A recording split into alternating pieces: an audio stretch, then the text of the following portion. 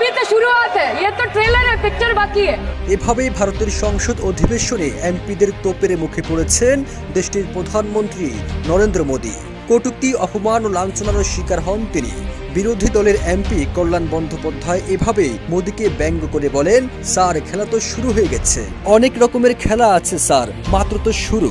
खेल शुरू हो गया था सर, खेल तो बहुत सा खेल है सर, चू कित कित भी खेल है, कित कित कित कित कित कित कित कित कित कित।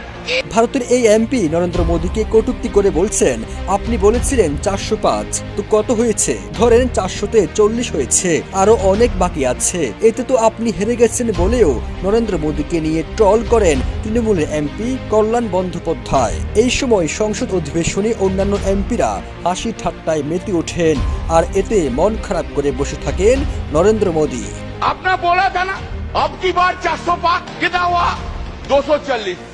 वो गेम में भी हारा गया। অপরদিকে তৃণমূল কংগ্রেসের আরেক এমপি অভিনেত্রী সায়নী ঘোষও সংসদ অধিবেশনে মোদীকে কটূক্তি ও ব্যঙ্গ করে তুলোধুনো করেন। তিনি বলেন, জনগণ যাদেরকে ভোটে জয়ী করেছে তারা দেশের জন্য কাজ করবে, কিন্তু তারা দেশকে আরো ফকির বানিয়েছে। জনগণ ভাবে দেশ আমাদের মা, তার সুরক্ষা করবে সরকার, কিন্তু মোদী সরকার তা করতে পারেনি।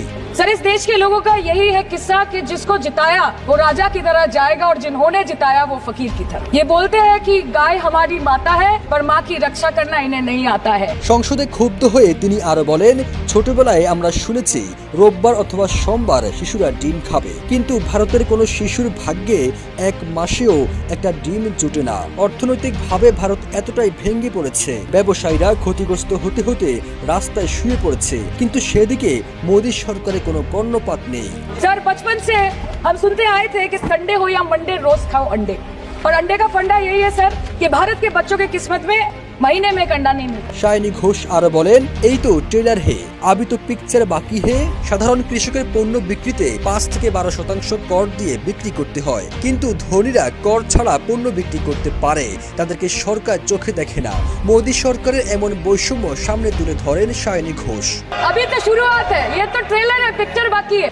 आम आदमी के दूध, छाछ, लस्सी, दही, पनीर पर 5% की जीएसटी, क्रीम, कंडेंस्ड मिल्क, मक्खन, घी पर 12% की जीएसटी, और अमीरों के हीरो पर सिर्फ 1.5% की जीएसटी।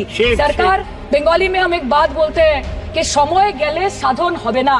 इसका मतलब यही है कि अगर समय चला गया तो साधना नहीं होगी, कि इस बार जो आप चले गए तो दोबारा लौटने की संभावना नहीं होगी।